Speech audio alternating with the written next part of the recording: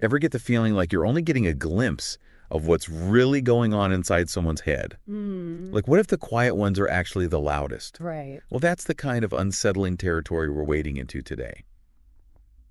Donald Firesmith's A Mind Full of Memories Mm. throws us right into that murky water. Yeah. So picture this.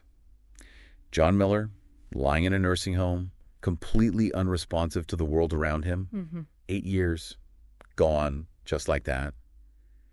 And it's this minimally conscious state that really gets to me. Yeah. It's like the ultimate mystery, you know. We can look at brain scans and see the electrical activity, but how do we know what's actually going on in there? Well, and that's exactly it, right? It's the subjective experience of consciousness that we just haven't been able to crack. We can track the physical, but the internal world, that first-person experience, remains such a challenge. And that's what makes John's story so compelling, so tragic. Absolutely, especially when you consider what led him to this point. Right. 8 years before we meet him, he's trying to stop a robbery, a hero, and he gets shot. Yeah. Head and spine, can you imagine? Oh, just devastating. 8 years in this state. And his fiancée, Sarah, she visited for years, but eventually she stopped coming. Can you blame her? It's heartbreaking, the toll it takes, not just on the individual, but on everyone around them. Exactly. And that's where this story transcends just the medical mystery, right? Mm. It becomes about love, about hope, about the limits of human endurance. Mhm. And what's even crazier is that for John, this is only the beginning. Mm. And just when you think it can't get any worse, in walks Dr. Anderson. Okay. This neurosurgeon with, let's be honest, a pretty wild idea. Yeah. He wants to bring John back. Why? Not just, make him comfortable, but really wake him up. Mm-hmm. But get this, he's not talking about just one simple operation. Oh, no, he's got two planned. Oh, wow. First things first, he's got to deal with the elephant in the room. Yeah. Or should I say the seizures in the brain. Right. We're talking 20 seizures a day. Mm-hmm. 20. It's like his brain's stuck in a hurricane, and not the good kind. Intense. Yeah, so if, and it's a big if, he can calm the storm, he wants to try deep brain stimulation. Now that's fascinating. Right. It's like giving the brain its own personal pacemaker. Exactly. And it's not just regulating the rhythm, it's about targeting those areas responsible for keeping us alert, aware. The big question is, can you jumpstart consciousness in a brain that's already been through so much trauma? It's like, I don't know, trying to rewire a house while it's on fire. And hoping the lights come on instead of the whole thing exploding. Right. And that's where the ethics get really dicey. Oh, absolutely. Because even if by some miracle these procedures work, what's John waking up to? Exactly. 8 years gone, poof. How do you even begin to process that? And here's where Firesmith throws a real curveball. Okay, I'm intrigued. Remember how we talked about John being completely unresponsive? Mm-hmm. Well, it turns out, inside his head, it's a whole different story. Oh, really? Yeah, especially during those seizures, he's living a whole other life. Wow, that's wild. What's he experiencing? Picture this. He's hiking in the Cascades, feeling the sun on his face, the crisp mountain air, and he's with Sarah. Sarah? Yeah, his fiancée. They're laughing, talking about the future, like it's all perfect. It's so vivid for him, so real.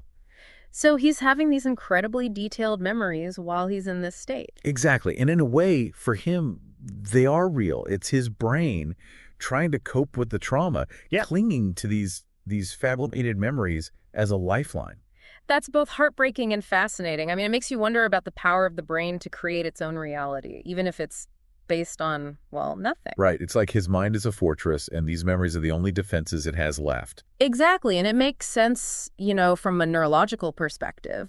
Temporal lobe epilepsy, especially in cases as severe as John's, can cause these really potent hallucinations. I mean, we're talking indistinguishable from actual memories. Yeah, it's like his own personal Truman Show, except even darker. Yeah, and it gets even darker because here's the gut punch. These memories, these moments with Sarah, they all take place during the 8 years he's been out of it. Meaning they couldn't have happened. He was in a coma, then minimally conscious. There's no way. Oh, wow. And the surgery. It happens. So they remove the part of his brain causing the seizure. Yeah, they implant the stimulator, and get this, John wakes up. He does. He does. What happens? Is he back? Not exactly. Instead of returning to the life he remembers, he wakes up to a reality he doesn't recognize. 8 years gone, just like that.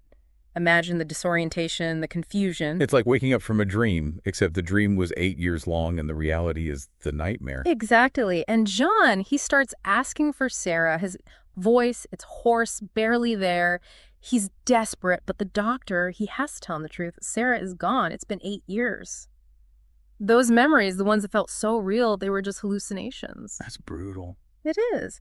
And it speaks to the fragility of memory, how easily it can be distorted, even by our own brains. And for John, this realization, it's too much. He's lost Sarah twice. First in the accident, and now again in this new reality. It's hard to even imagine what that kind of loss would feel like. It's beyond devastating. And the story, it doesn't shy away from the tragedy of it all.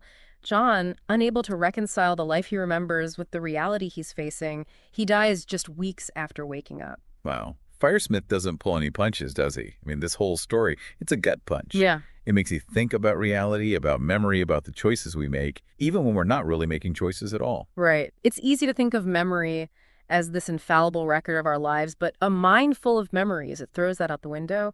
It shows us how easily our memories can be manipulated, how they can deceive us, even comfort us, but also how they can ultimately betray us. And what's so unsettling is that it could happen to any of us. We all have memories we cling to, moments we wish we could relive. But what happens when those memories become more real than reality itself? That's the question Firesmith leaves us with, and it's one that I think will stay with me for a long, long time.